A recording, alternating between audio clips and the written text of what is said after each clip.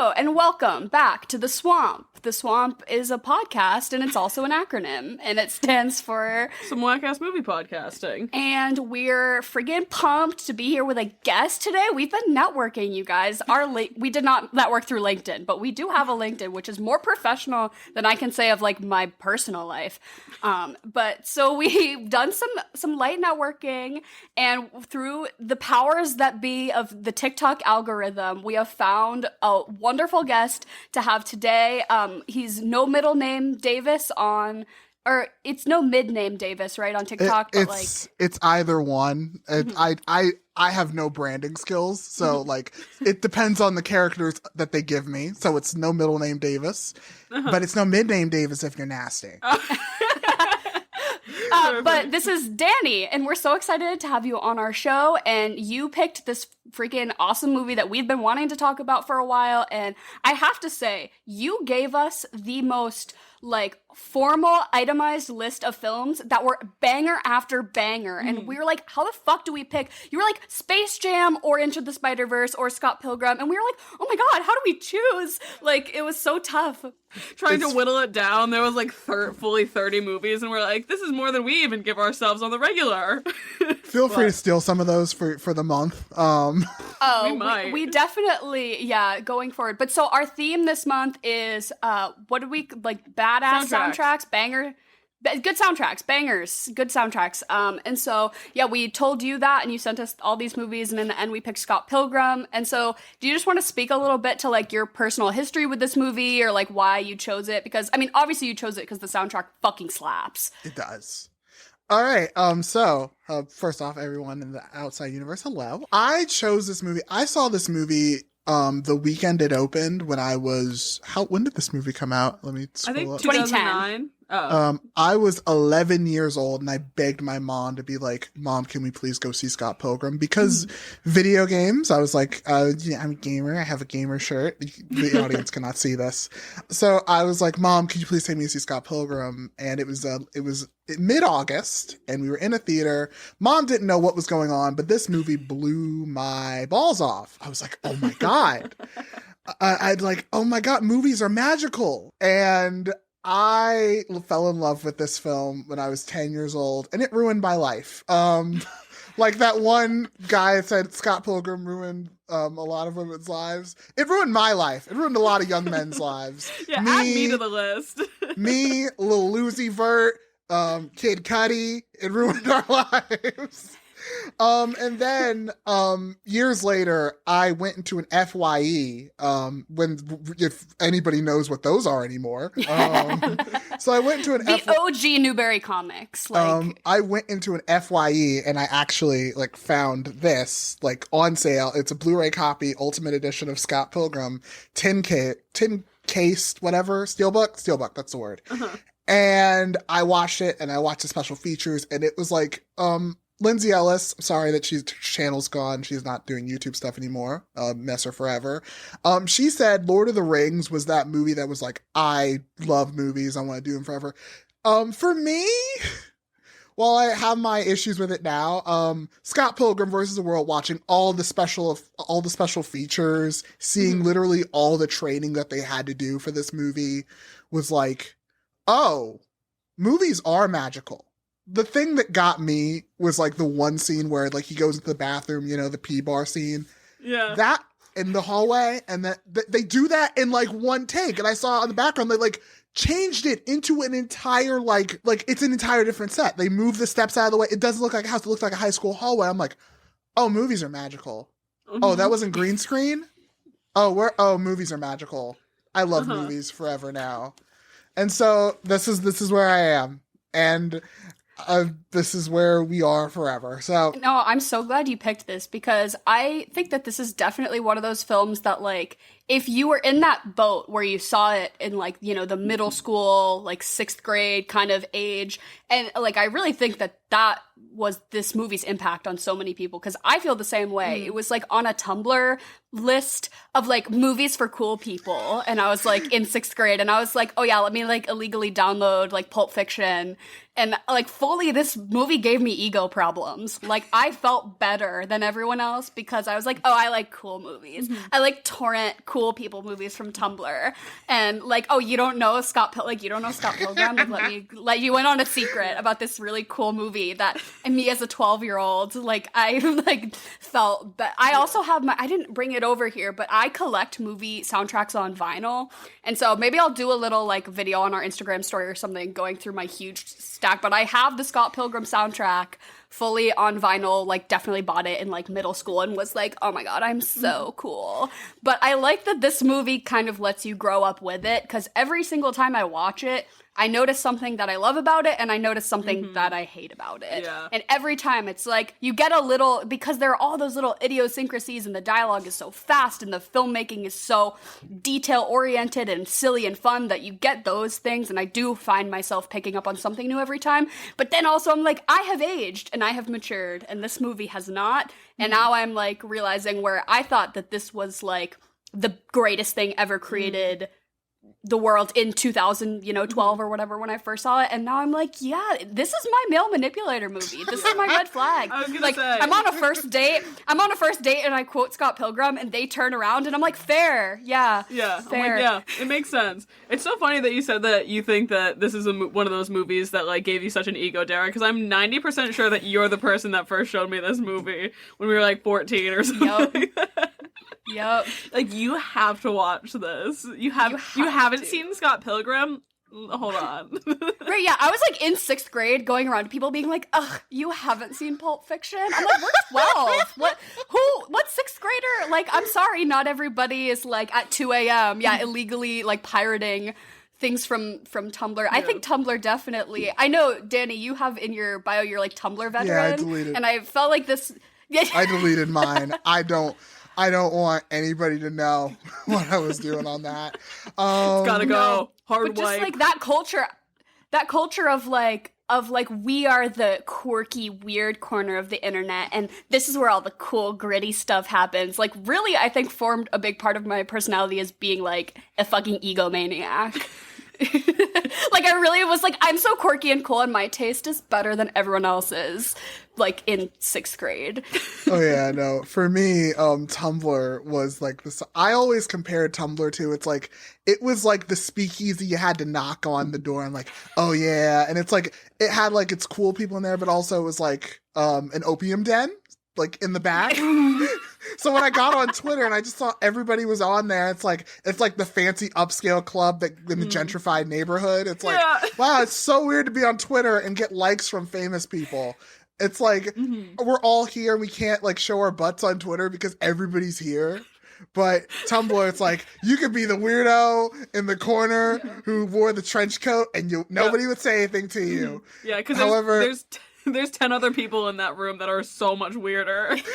It's like, no one's looking at you. They're looking at the other ones that are doing it worse. But similar to Dara's point, I was like, I felt so cool I felt cooler than my classmates. You guys talked about Booksmart months ago. I was like, yeah, no, Molly's about who I was. And I thought I was better than literally everybody else. I was like, I am the best. I know everything. You guys know nothing. I watched the cool movie. I watched Scott Pilgrim once when I was a kid before. And nobody was like, Danny, we do not give a shit. Yeah. We do not. Keep it to yourself. Do you guys think that the ego thing just comes from how stylistically different like this movie is? You know what I mean? Yeah. Yeah, I feel like the like Easter egg style cinematography, right, where it's like hitting you over the head. It is bashing you over the head with like everything is stylized as an X, and every evil X has a big number to say which one they are, and it's so like comic book style, over your head, obvious, like pow, boom, but then also just a little bit enough to make you feel smart that you get it when you're 12. So I'm like, this movie is cool and I get it. But then you kind of are like, yeah, that's the point. It's so in your face that you can't not get it. I think It goes to the director. Edgar Wright knows so much more about movies than a lot of people do, because I was looking at the Wikipedia for this movie. Edgar Wright cited Mario Bava's Danger Diabolic as an influence to Scott Pilgrim. I'm like, this Italian movie that nobody knows? Are you like? I had to look up a trailer for that movie. I'm like, yeah. I also got yeah, I also got inspiration from like the Valley of the Dolls and the Phantom of the Paradise. I'm like, you know so much about movies, man. It's like, and it's like, I think that's what helps this movie like out, like, because in the wrong hands, this movie would have just been, it would have been Ready Player One, and Ready Player One was by Spielberg. And like that's what gets, I'm like, Ready Player One, you're done by Spielberg, and like you're that movie that we thought Scott Pilgrim was gonna be. Yeah. I love Edgar Wright was like fully watching these like old foreign films, and he's like taking notes. He's like, bread makes you fat. This is flirting. He's like over here being like, 7 evil exes. Her hair will be blue. Her hair will be blue. It'll be pink, blue, green. I was watching this movie for this podcast with my friend, a close friend. Let me plug their name is Truly Boo Boo the Fool. You may they were watching the movie with me because I'm like, hey, you want to watch Scott Pilgrim with me? And they said yes, absolutely. And they were watching the movie and they would watch Ramona. I'm like, oh, Ramona's going through it. 3 hair colors and 3 now girls going through it. Homegirl's having a thing. She's like, trust me, homegirl, like you could do better than Scott. Homegirl, you're just going through it. Like the bangs get just a little shorter every time too. It's, you know, she was just like in the bathroom being like, fuck it. Oh, this asshole. She's like, really, Scott? Oh my god. But I do love Edgar Wright fully makes the playlist before making the movie. Absolutely. And like yeah. every time it's like the banger soundtrack, and I'm like, oh, you know that this was step one. Like this came first. And I not to stray from topic too quickly, but I know Emily and I both recently saw Last Night in Soho and thought it was dog shit. Right? Have you seen Oh it? my I'm god! dead mad. I was so. Oh my god! Oh my god! I could go on. I'm so glad that I didn't pay to actually see it in a theater, and I paid like $6 to rent it, and I was still mad that I paid that $6 because it was shit garbage. Oh, you guys! I saw it on opening day in Dolby Theater. I was fucked because it was delayed a year because of COVID. And I was like, I'm going to see my Edgar Wright movie first day, baby. I'm going to be in the front. And then I got on TikTok that night. I was nicer about it that night. And as time has gone on, mad. I'm like, oh my fucking God. I'm like, yep. I feel like this movie is like, you can watch. I'm like, oh, you know, I feel bad about saying this. No, speak. But the thing about Last Night, it made me realize, oh, does Edgar Wright, like, even though he had a woman co-writer, does he know how to write women? Like, and it's like this awkward feeling of, oh, I don't think he knows how to, like, this movie would have been so much better in the hands of a female director. Yeah. I'm just like, oh, Edgar Wright, you I don't think you know. I'm like, not, and like, like, I know you watch a lot of Dario Argento. I know you watch a lot of Italian, like, horror, so you can get in them, but it's like, it doesn't pay off when it's like, every female character in this movie is like antagonistic or the villain. Yeah. I just feel like bad. My whole thing was like, I feel like he just doesn't like he didn't know what he was doing for the entire thing. It's like one of those things where like you go into a paper without like an outline, like, or even like bullet points, you know what I mean? Like when you like you did absolutely nothing. You're like, it's the 11th hour, I have to write this. And that's exactly how this movie feels. He was like, oh shit, and he just started pulling different things together, and he's like, okay, yeah, it's a movie. You know, I actually made a TikTok about this, like the litmus test for if you can tell if a movie might be like dog shit. Or it might not be, you don't know, but like the thing of, oh, I'm worried, is like when you say, don't spoil it, I'm like, oh, you don't want us to talk about it? Like they started doing it like right after like Venice, as when it went there for the film festival. It's like, don't spoil Last Night in Soho. Or like, are you kidding? Like, what happens? I'm like, ooh, what happens? And I'm like, in my mind, like, oh, what happens in this movie? So we were just talking about we went on a Last Night in Soho tangent. I feel like, though, I had it in the back of my mind while I was watching this one, because I certainly have my qualms with Scott Pilgrim as a film. I mean, we've all, like, recognized the problematic nature of Scott as a character, I think, over the years. But I was like, well, at least it's not Last Night in Soho, you know? Like, at least it's not that. No. Well, think about Scott. Yes, Scott, problematic fave, but, like, is he even a fave? He's not a fave. Right, so the thing about Scott, I was watching this movie because Edgar Wright actually did make a good movie this year. The Sparks Brothers, which was amazing. Loved it. It was a lovely precursor to Annette. So I was watching all of his movies because I'm like, I want to get in the mode. I want to see an Edgar Wright movie in theaters again. I was excited. Mm-hmm. So I watched this movie and I'm like, I'm 22. Like, Scott Pilgrim, you're dating a high schooler. That's weird. I'm like, yeah. I'm like, aren't you 25? I'm 22. I'm like, I'm 22. I would never. What? What do you mean you're dating a high schooler? I don't even look.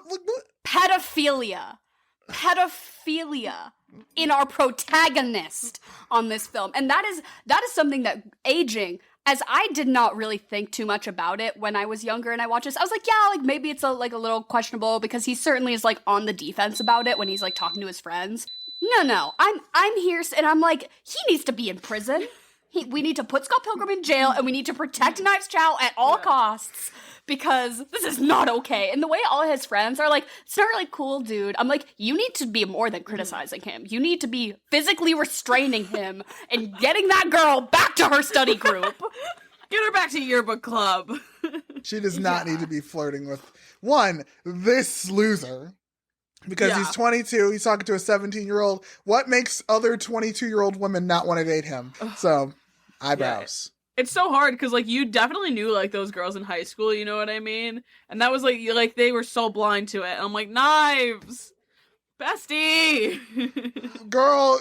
Right, I feel like, girl, like, when I was younger, I always was like, ugh, Knives is, like, annoying, she's clingy, I can totally, like, see why he would, like, I don't know, and then she goes and dates young Neil, and you're like, oh, this is so, like, she's so immature, and now I'm like, yeah, she's immature because she's in high school, and also she deserves the world. I'm like, Knives Chow, you are trying your best. Mm-hmm. You are just being put through it by this man, and you need to just, like, go out and live your best life, and not, like, now I'm like, Knives Chow fan club over here, because I'm like, I get it. She's immature because she's literally a child. Yeah, it's like, all too well just starts up every time I see her. Just the opening notes, just like, girl, no, he's not good for you. Just take her by the hand and be like, no, girl, he's not good for you. He's just not good for you. But also the way this movie, like, illuminates the manic pixie dream girl, like, as a young person, you can be like, oh, Knives is so clingy, she's so annoying, but, like, Ramona's so cool. And for some reason, that, like, excuses Scott's behavior, I think, is the way they position. Like,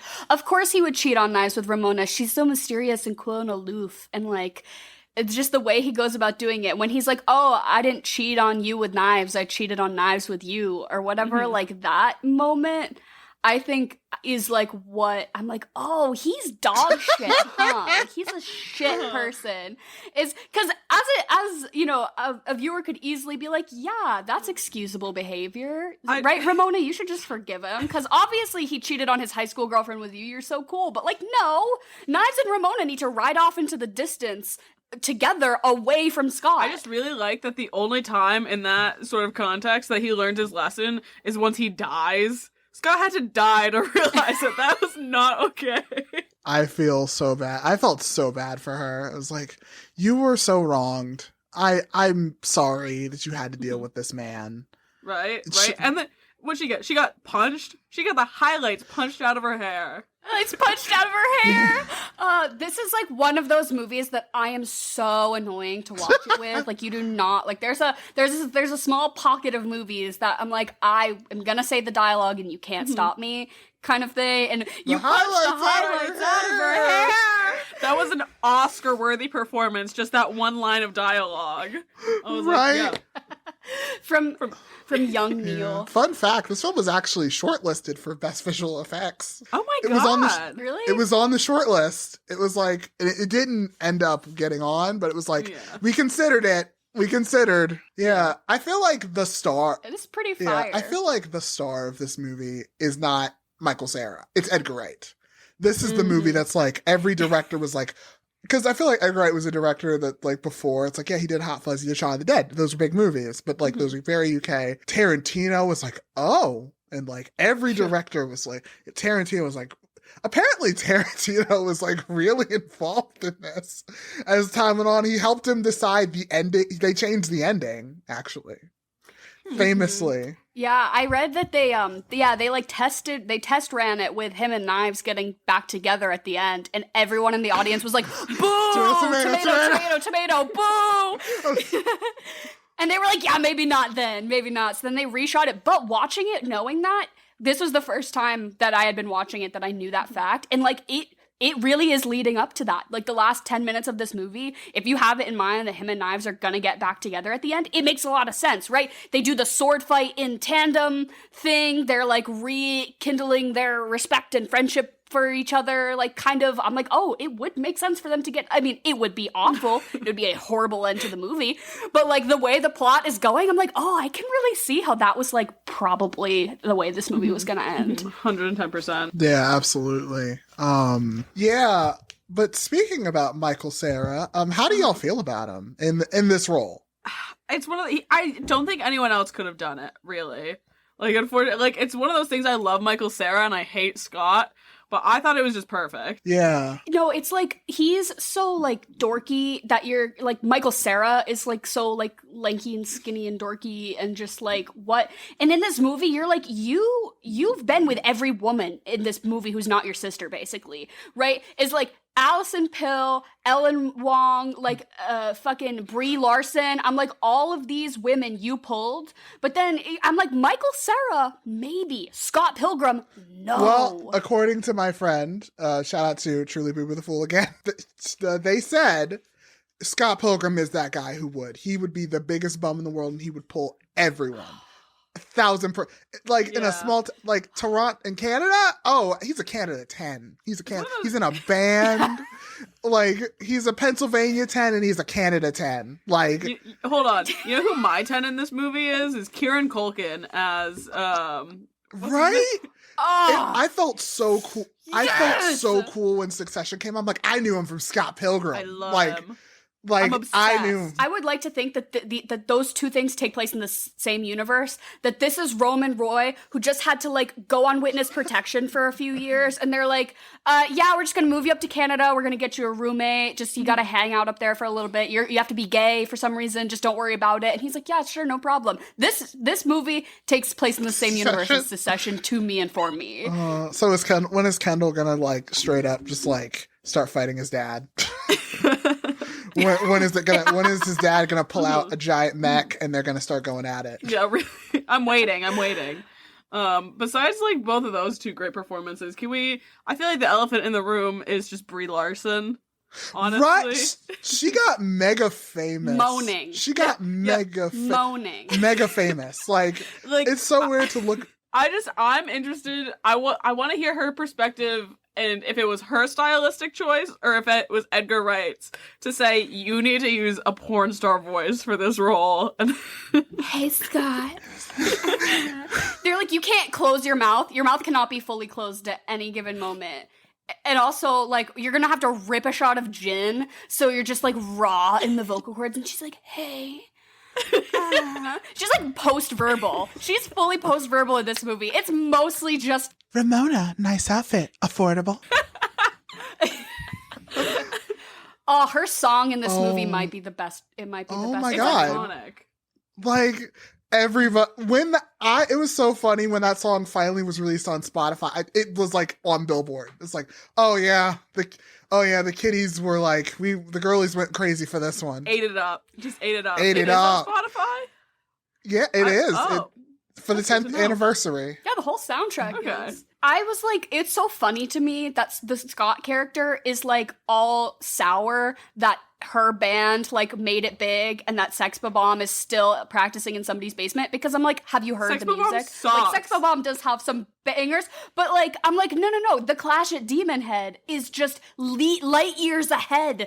The production quality, the lyricism. I'm like, Scott, who do you think you are? Have you heard Envy Adams? She is Sex star Bombs quality. are not moaning into the microphone as their song intro. If you're not doing that, I mean, I don't know what to tell you, Scott. Maybe Steven could like start doing some like Yeah. right before. Yeah. Oh yeah. No, hot take. And I think it's the only reason that Sex Bombs won, the original battle of the bands, was because Crash and the Boys got like disintegrated in the fight or something like that. Crash and the Boys should have won. And that's the hill I'll die on. That song is a banger. I can feel you, I can hear you. Solid. Absolutely solid. Is that girl also a boy? Yeah. I love it. Oh my god. Like, I want a movie about that band instead of Sex Bombs. But it was so funny watching this movie. In a post Dear Evan Hansen world, it's so funny watching this movie. Because it's like, oh, Ben Platt's dad! He produced this! Oh, shit! Yeah. Wasn't it like a whole thing? And I feel like, Danny, you'd probably know better than I would. Didn't they actually learn how to play all of their instruments for this They did. movie? They did. Everybody learned how to play their... It was funny because everyone's like, you guys gotta play shittier. Like, you're in a shitty garage band. You have to learn how to play shittier. Be bad. Like... But I'm not Anthony Fantana or anything, but I don't think they sound that bad. I think they sound like... Maybe it's because Beck like produced all those songs in reality, but it's like, Probably.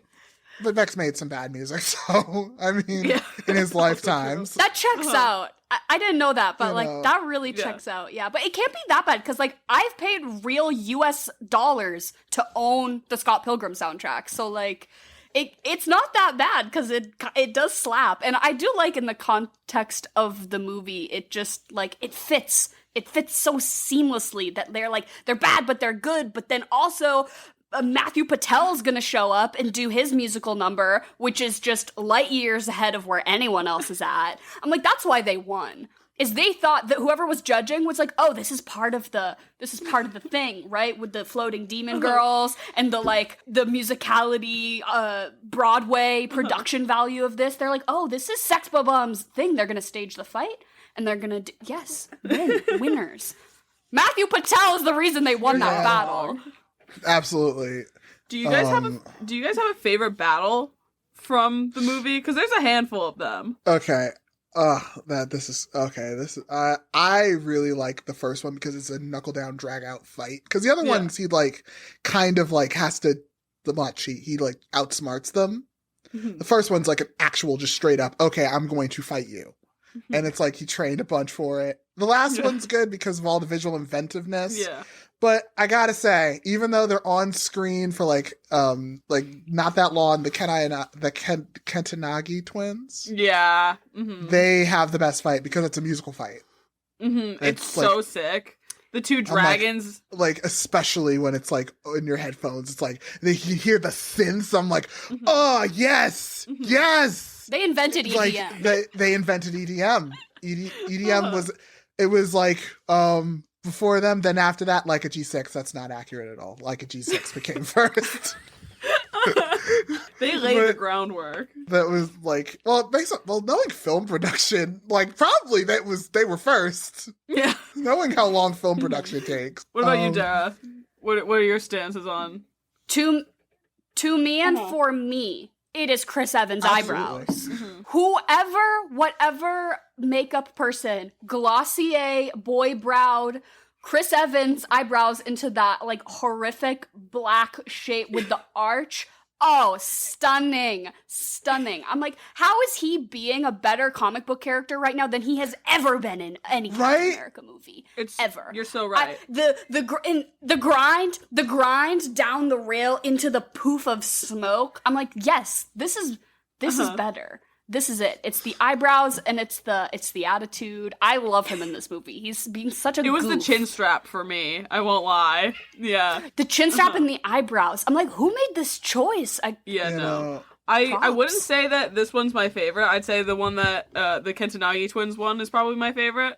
But I do have to just give props to the I forget her name, but the girl that's in the lineup, number 4 of Ramona's exes. May Whitman. Yeah. Roxy. Roxy 'cause Richter, and she's here to make it clear. Yeah, it's just my whole thing of I was sitting there and it's one of those things like not that like I didn't catch on to it like in like my previous watches, but like sort of like at the end of that I was like, did Ramona just win this fight by making her come? It was like- Absolutely. Absolutely. Absolutely. That is stylistically, I was like, Ramona, good for you. Like Scott doesn't have the suave for like you to know, ever want to well, fight that way. Scott has literally never. Scott has literally Yeah, never. no. Literally just pokes the back of her knee. And I was like, I'm watching this girl orgasm on screen right now. I was like, oh. This was a scene that I've gone back in later years. I'm like, oh, I watched this with my mother for the first time in a theater. And I was like, oh no. Oh my god. Why did I make her watch this with me? Yeah, Oh that's what... Like, you're sitting there smiling away, like, in the theater, and she's, like, sitting there in horror. She's like, what did I bring my son to? Oh, the humanity. But so, Emily, to go off of your question, I also had a question to like put Okay. out to, you know, the panel here. So if we are looking at the facts of this film, when Scott defeats an ex, they turn into coins. Yes. Right? Okay. They disintegrate into coins. Do they turn into coins? Do they respawn? Or has no one ever beaten the first evil X? Or did they just form the league Okay, so yesterday? Brian Lee O'Malley actually does have an explanation. Okay. So they just poof back home wherever they were born, wherever they live. They just poof back there. According to he doesn't kill them. He like Okay. Because I'm like, has Scott murdered? Is he straight Scott up murdering these people? I Scott don't know has the a body comics, count. but I appreciate the insight. you know. So Yeah. it's like they don't show up again, but it's like yeah, no, they just poof back to wherever they are, and it's like son of a bitch, I have to like take the train back to wherever I have to take a plane back, and it's like he didn't kill them per se. They just go back to where they were, like their original house. Like for Scott, if he actually died, he'd show up at that house right across the street from his apartment. He'd just be like, "Okay, I'm going back." Yep, round 2. I would just like to like live in the universe where that this league has existed and every person who's ever tried to be with Ramona just has failed at defeating X number 1. Like nobody's ever gotten past Matthew A Patel. good fight. Right? He sent an email too. I love the cursory, like, hey, just to let you know, that's why I feel like it can't be said that the league was formed, like, before Ramona has, like, Scott's not the first test subject of this experiment, right? Because Matthew Patel knows to send the cursory email. This has happened before. He's a tried and true battler. I'm glad that you knew the actual answer, though, because I was, like, in the shower and I was, like, racking my brain. I'm like, did he kill those people? So we're talking about the fights. I actually do want to. It's a little sad. Okay. So they actually got Jackie Chan's stunt team for this film. Oh, really? So that was a big to do. But yeah, so one of the stunt coordinators, Brad Allen, he actually died last year. He's done stunts for a lot of films. Oh. He did the stunts for Kingsman. He did Shang-Chi. He did. If any action movie in the last several decade has had a cool action sequence, it was because of him. Okay. So yeah, he passed away in August of last year. It was just a thing I wanted to throw out there. So it's like, so it was weird. Rest in peace. It was weird seeing him on the special features and say, yeah, he's like Edgar Wright's like, yeah, he's like an athlete. He's like a trained athlete. Like, because Edgar Wright actually worked out with the stars with this movie. That's cool. That's really cool of him. Like, he was like, he did not just like, yeah, I'm just going to be over here while you guys do your ab crunches every day. He was with them with the medicine ball. Also, Kieran Culkin had to do the medicine ball thing. Not in a fight in this movie. He was not in a fight in this movie. He's over here with his drink.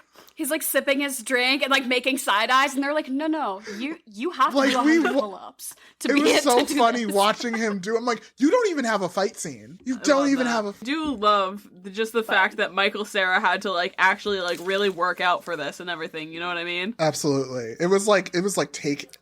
That boy weighs like like Like Taken soaking era. wet. It's like Taken era. Like this was like, I think this was about the time of Taken. It was so interesting. The idea of like the trailer's like, yeah, this boy you knew from all these indie movies, he's gonna beat people's asses. And it's like he's going to like, that was the thing that got me. I'm like, this kid from Juno is gonna fight? Oh, I'm there. I have to see this. Yeah, all right. Polly Bleeker. I love. Have either of you watched Arrested? I've seen No, clips. unfortunately. I think that's my favorite Michael Cera performance. Is him in Arrested Development.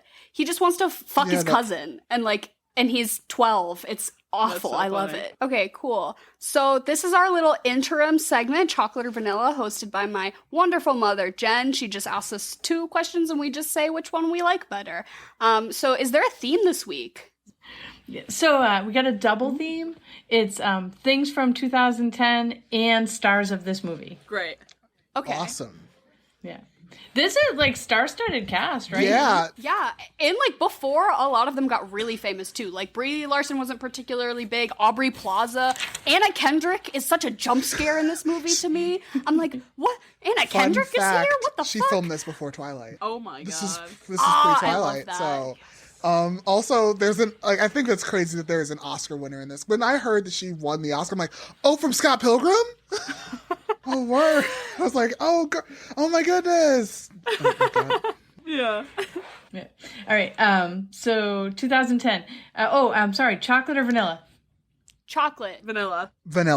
And chocolate. Okay. 2010. John Krasinski and Emily Blunt get married, or Prince William and Kate Middleton get engaged?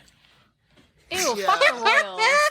John Krasinski and Emily Blunt Yeah, for the win. John Fuck the Krasinski Royals. and Emily Blunt are my idea of royalty. I love their marriage, so definitely them. They made did William and Kate make A Quiet Place? I think not. So John Krasinski, Emily Blunt. They got married in 20. They've been married Yes. for 10 years. Oh my goodness. I'm gonna go same. I only like the royals from the 1500s, so I'll take John Fair enough. Krasinski and Emily Blunt. Okay, Aubrey Plaza in this movie or Aubrey Plaza in Parks and Recs? Oh, Aubrey Plaza in this movie. I feel like she just had to work with Chris Pratt, and I just feel bad for her, and I feel like it just clearly took a toll on her mental state. So her in this movie. Also, like when they bleep out her mouth, like that was just as a kid one of like the little fun effects that they did that really got me. I'm like, oh, that's so silly and fun. This movie's so quirky. Yeah, I don't know. Parks and Rec was one of those things I watched like the first couple of seasons and then I stopped. And I think I definitely got more out of this movie at Aubrey Plaza in this movie than Parks and Rec. So I'll go with her in this. I'd also have to go with Aubrey Plaza in this, but also Aubrey. Like, I know this isn't one of the selections. I feel bad, but I was like, Aubrey Plaza and Ingrid Goes West is like in both Yes. of them. So Yeah. Peak. so Yes, I but agree. yeah, Aubrey Plaza in this movie definitely. Chris Pratt only has a Mario movie and the third Guardians before we're done. We're not. I'll take Aubrey Plaza in this for the sweep. Black Swan or Inception? I haven't seen Black Swan, so I think that's like that's a me problem. But I guess I'll pick Inception because I have seen it. But I love when she writes "whore" on the mirror with lipstick. I just like that meme of her like looking in the mirror and it says "whore." Yeah, unfortunately, I'm in the same boat as Dara. We're bad little movie buffs. I haven't seen Black Swan, but Inception is just obvious. It's obviously outstanding. So I meant to see Black Swan when it was on HBO a couple of months ago. I'm like, I should see that. I need to be a good film buff and Right? see Black Swan. And then I never did. I So feel so fake. was like, this is the performance that won her the Oscar, Danny. Oh my God. It's like, yeah, I wasn't in the mood, so I'd have to say Inception. I saw that movie in IMAX. What about you, Jen? What, you saw that with an X, you said? In IMAX. No, I didn't have an X at like 11 years old. I feel like seeing Inception in IMAX, the Hans Zimmer must have vibrated your bones. At the Franklin Tuttleman IMAX, rattled my bones. They don't play many movies in there anymore. I miss it. I saw The Dark Knight in there. Ooh. I saw The Force Awakens in there. The Force Awakens theater was crowded. There was every seat was filled. It was can crazy. imagine. Okay, I'll take Inception too for the sweep. Brie Larson in this or Brie Larson in Captain Marvel? Brie Larson in this. Brie Larson in this. And Envy Adams could do Captain Marvel, but Captain Marvel could never perform the Clash at Demon Head. Is my stance. No, I'm not a Marvel person. I think I've made that abundantly clear on this podcast. But I am definitely an Envy Adams stan, so definitely Brie Larson in this. I feel so bad for Brie Larson and Captain Marvel because internet dude bros have like overtaken that movie. Ugh, and I've had to like defend it so many times. I'm like, I don't even like her in this. I have like my issues that are not with Captain Marvel, that are not Brie Larson's I am so glad Nia DaCosta is taking over that franchise. I'm happy for Nia DaCosta. I was supposed to pick an answer. Brie Larson in this. Also, shout out to Brie Larson in Room. Shout out to her. Doing the damn thing. I almost used that one, but I'm gonna take Brie Larson in this also. So for the sweep. Okay, CeeLo Forget You or Justin Bieber Baby? Oh my God, I just liked CeeLo Green when he was on The Voice because he was the coach nobody wanted to pick. But I was like, if I could sing and I would go on The Voice, I would have picked CeeLo to like be different or something. I don't know. In my like weird like fourth grade fantasy in which I could be when I could sing and I would go on The Voice and I would pick CeeLo. I don't know. I guess I'll pick "Fuck You" by CeeLo I'm Green. also gonna have to go with CeeLo because that song still slaps. Baby still slaps. I'm gonna go with Justin. I'm gonna be a rebel rouser and pick "Baby" by Justin Bieber. So, "Baby" by Justin Bieber. That's my pick. Same. I think Baby slaps also. Brandon Routh in this or Brandon Routh in the 2006 version of Superman? Superman Returns. Who's Brandon Routh? He's Todd. He's Todd. And he was Superman? Yes. Yeah, so in one movie. He was only Superman for one movie. He's also Ray Palmer and Adam in the Arrowverse. But I didn't want to do that one. Nobody watches those CW shows but you, Mom. They just keep renewing them because you and Dad watch them. I don't understand. Nobody else watches Supergirl. I just don't understand how they have the funding to keep these shows going. They don't. They're going bankrupt.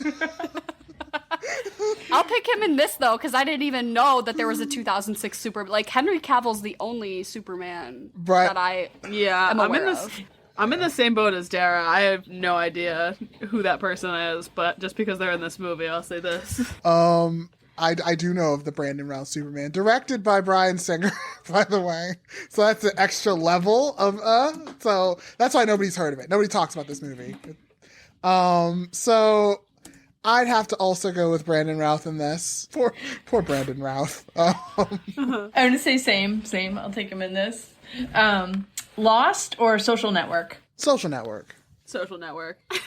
Dara, you all right? Sorry, I'm having like a technical stroke right now. I'm what the TV show Lost or the movie The Social Network? That is correct.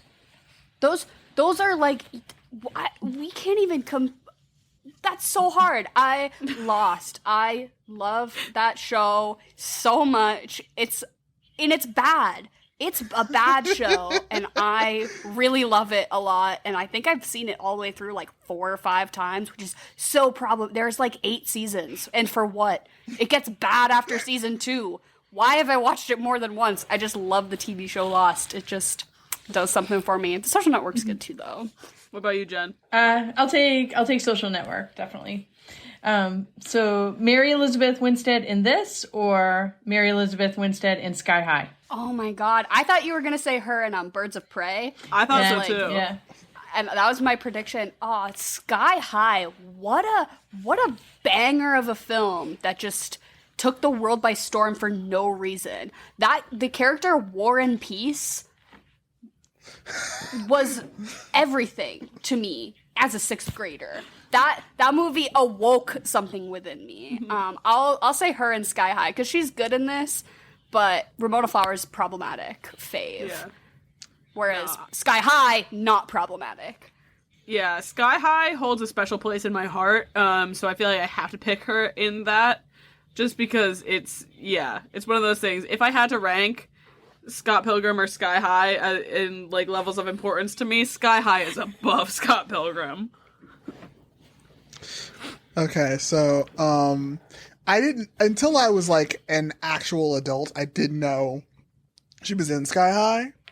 Didn't know. And then I saw a clip of Sky High. I'm like, Mary Elizabeth Winstead's in this. Like, really? Like, oh, she is. So, a transformative performance, might I add. I was like, I'm like, oh, she's giving everything. She's giving. Like, in this movie, I do feel bad because there's so much in the comics. Ramona does so much more and has so much more agency as a character. Yeah. So I have to say, Mary Elizabeth Winstead, Sky High, amazing, peak performance. Yeah, I'm same. I'm going to say Sky High for sure. So from 2010, Lady Gaga in the meat dress or Angry Birds? Meat dress. Easy. Meat dress. Iconic. Meat dress. Every Meat day. dress. Meat dress. Meat dress, club, another club, plane, new place, no sleep, no rest. Meat dress. Salami, pastrami, roast beef. The fame was not made in, like, I was working. It was a hustle. Yeah. Jen, are you going to switch it up on us? No. Are you going to go Angry Birds or Meat dress? Meat dress for the sweep. Last one. Meat dress. Michael Cera in this or Michael Cera in Juno? Oh. Michael Cera in Juno. I love Polly Bleeker. He's just a sweetie in this. Yeah, he's not, like, Scott is a grade A asshole, terrible person. Polly just got Juno knocked up on accident. Could have happened to anyone. For me, it's like, when did I see, like, I saw this movie when I was, like, again, like 11, so it's like, Michael Cera will always be Scott Pilgrim in my mind.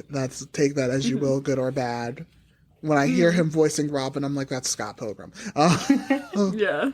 Like, I will forever associate him with this role. So, yeah, Michael Cera in this. Scott Pilgrim. I don't know who they're going to get to voice him in that animated series, though. It's animated, so I'll probably just get Michael Cera again. Honestly, Yeah, I was going to say, if it's not him, I feel like people will riot if it's not him, but... Yeah. What about you? I'll take Michael Cera and Juno. So, but that was it. Things from 2010 and the stars that are in this movie. Thank you so much, Jen. I liked this round a lot.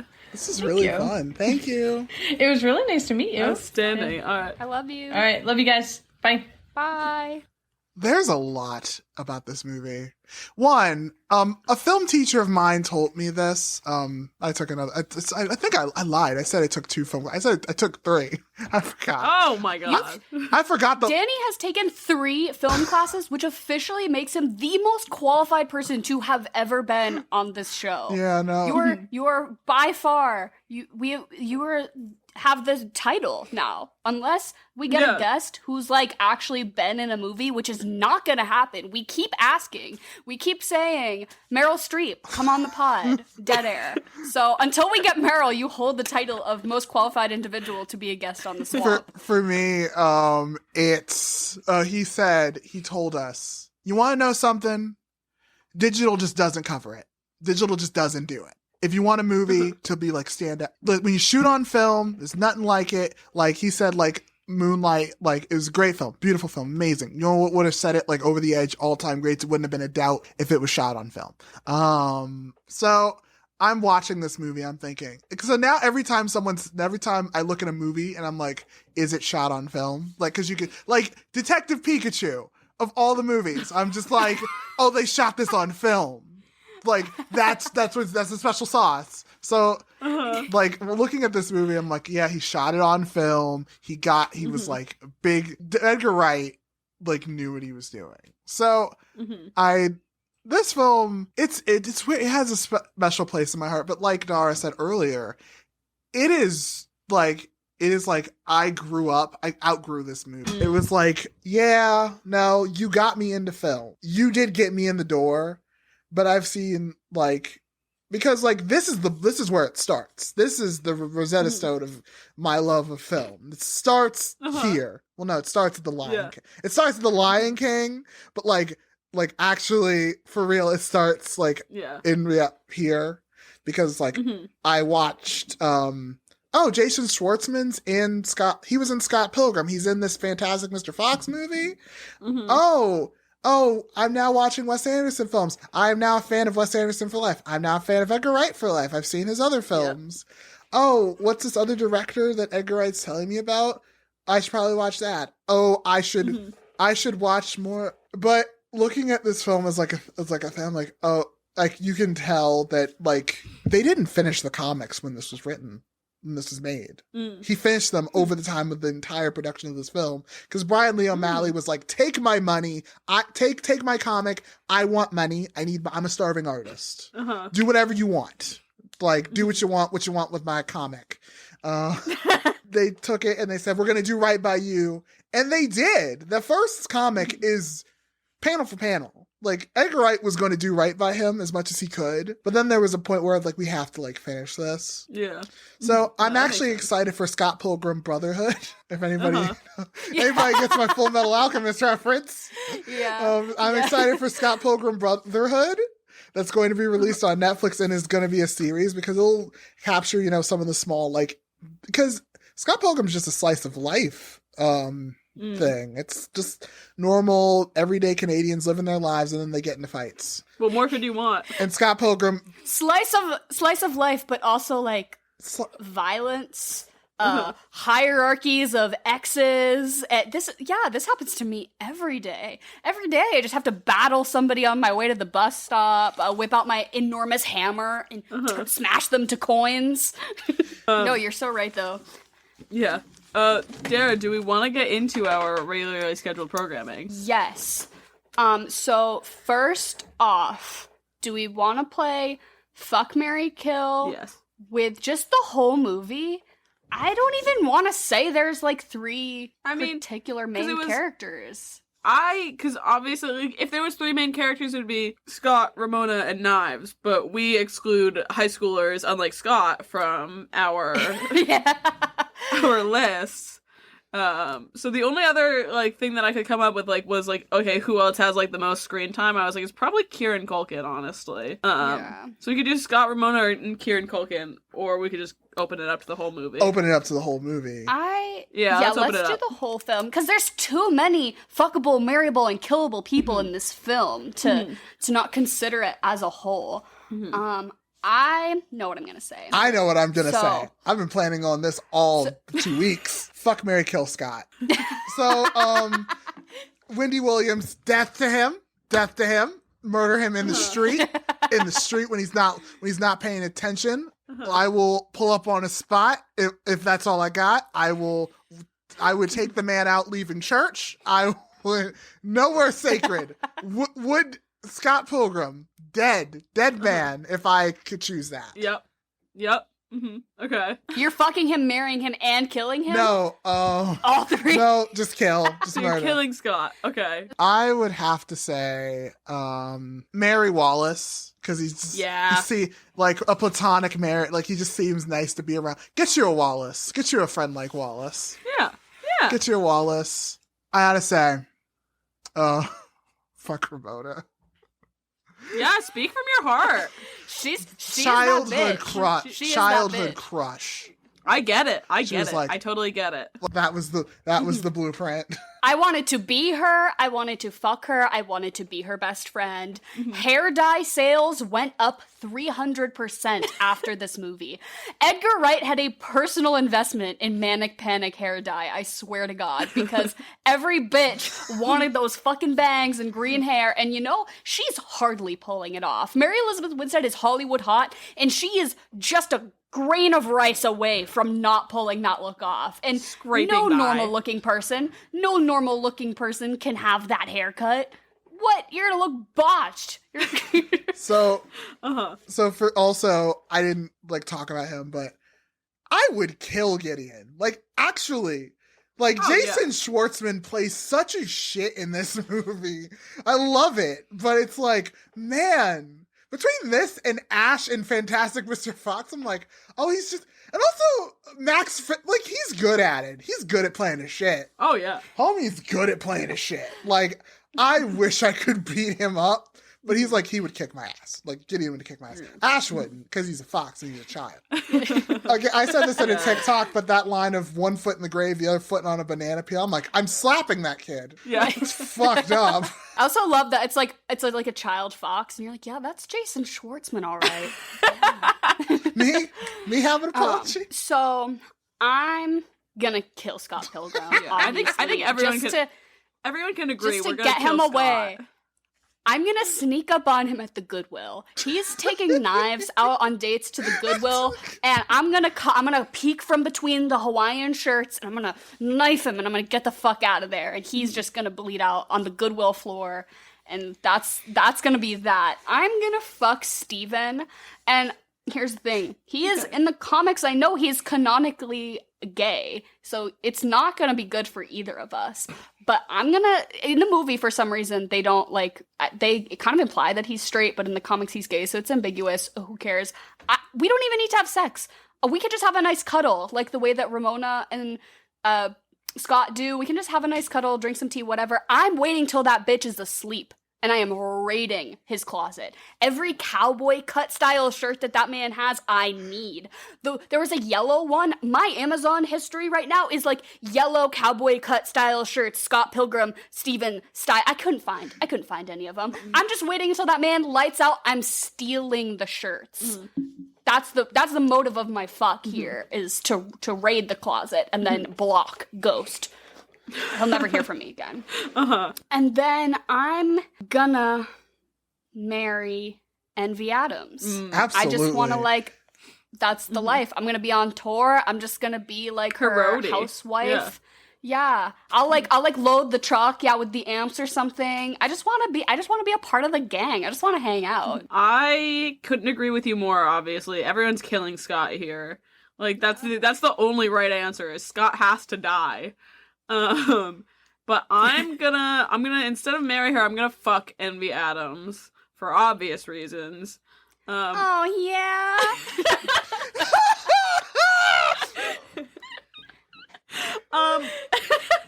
But I'm gonna marry Kim. I always really fucked with Kim. I think my and her disdain for Scott would really bring us together. And I think it would just be perfect. I like her vibe. We could just have a drum off. Yeah, oh my god, 2 girl drummers? That is statistically so unlikely. Oh, what? Emily, Like- you play the drums? That's so cool. Yeah. Thanks. Also, I forgot to mention, I'd fuck the voice, because Bill Hader's the voice. Bill Hader! I forgot. Bill Hader's the voice. He's the narrator. True. Love him. Absolutely love him. Yeah.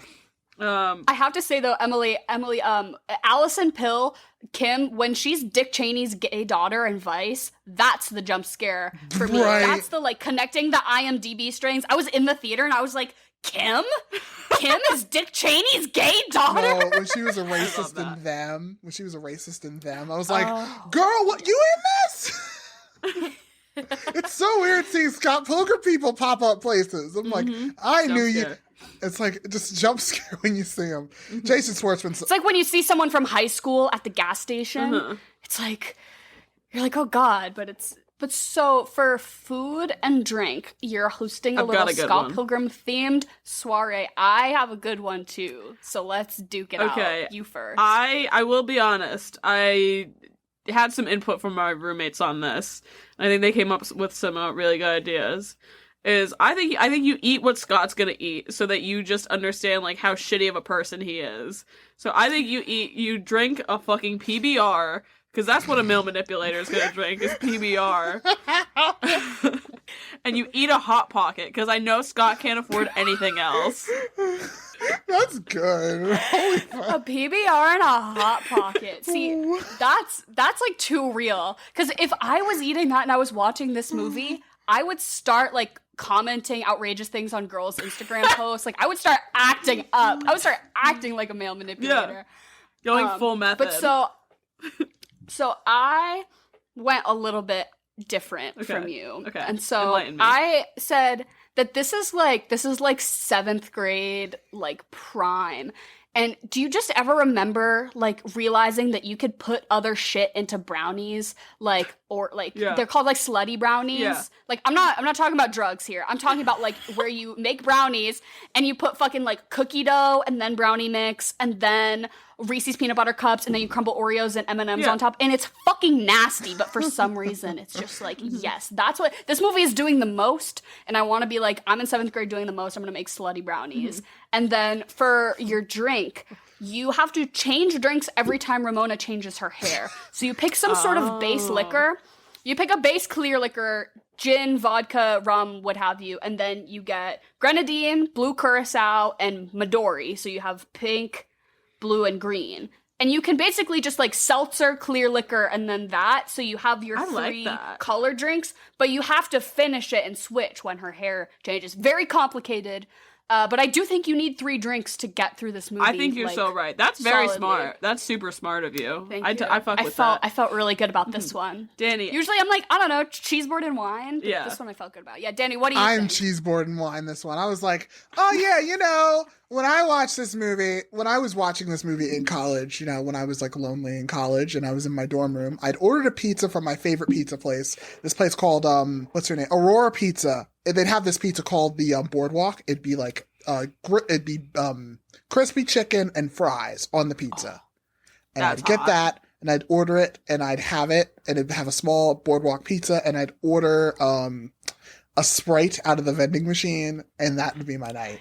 That would be Friday night. That would be Friday night. Danny Davis's dorm room. You're welcome to come visit. Casa del No Middle Name. It took me 3 times to get that. Also, now that you said that, now I realize I'm like, the Cornetto trilogy. One was red, one was blue, one was green. Her hair was red, blue, and green. Edgar Wright. He's just 3 steps ahead. Doing the most. Yeah. He's thinking this. Mm-hmm. And what would you follow this up with? If you had to pick a movie, like you start with Scott Pilgrim, what comes after? Because I said you watch Last Night in Soho and you just get pissed off that it's bad. No. Yeah. No. Okay. So for me, because I did a marathon with these movies, all of Edgar Wright's movies. It's what Nice. you watch it as all of his movies. But you know what this movie pairs well with of his movies? The World's End. Because it was all the lessons he learned from Scott Pilgrim of how to direct one of these movies. Okay. And then you add Simon Pegg and you add his writing and like, I feel bad about saying this, but I'm like, if all the movies that Edgar Wright should have gotten the Oscar for, The World's End should have been the one. That's his peak. Like, I think that you watch it with that, or you watch this after Ready Player One. It's like, how did Spielberg mess this up? Okay, yeah, no, I like that. It's another thing, like, I'm always, like, iffy about, like, saying, like, watch Baby Driver, because it's just a problematic cast. Yeah, no, that movie is chaos nowadays. Yeah, but it's one of those things, like, I'm like, okay, especially, like, if you're coming off of, like, a super, like, soundtrack-charged movie, like, that is the ultimate, like, movie soundtrack movie, you know what I mean? So I'd say, like, if you don't have any personal issues with watching that, watch Baby Driver. What about you, Dara? So I definitely was also on the like Edgar Wright track. Go watch like Shaun of the Dead or like Hot Fuzz or something, because it just like it makes sense.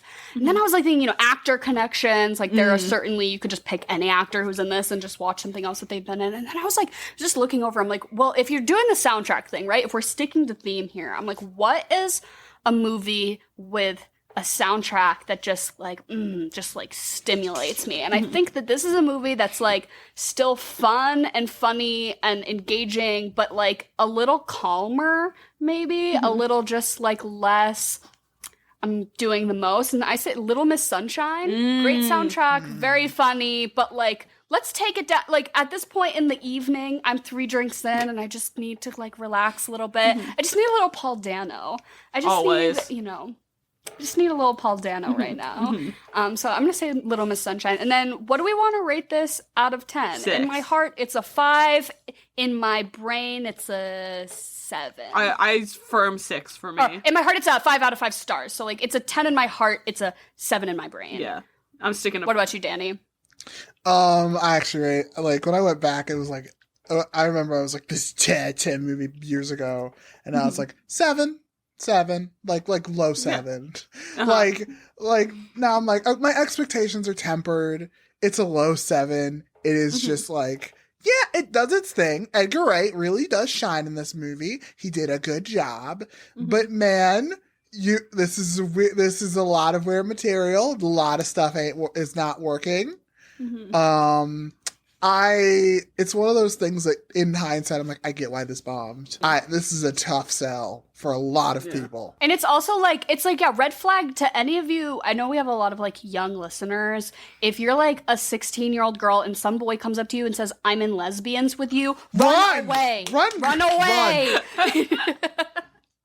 But thank you so much, Danny, for being on our show, our most qualified guest yet. It was so fun to have you. Everyone should definitely go check out your TikTok. It's hilarious. Lately, you've been talking about a lot of the award season stuff, which I find, as a person who keeps up with that, very informative and engaging. So I'll link to your TikTok in the description, and everyone should definitely go check you out there. And also go check out The Swamp if you don't already. I'll also put our links to all our shit. I also haven't plugged our merch in a second. And I'm wearing a Swamp merch right now. So our link to our merch will also be in the description. Go get a fucking sticker and put it on your laptop, please. I beg of you. It's like $3. And we will be continuing Soundtrack Month next week. So keep your eyes and ears open. And once again, thank you, Danny. And to all of our listeners, we love you, and goodbye and good night. Good night, everybody. It's been fun. Woo. Been fun. Woo. Been fun. Woo. Been fun. Woo. Been fun. Woo.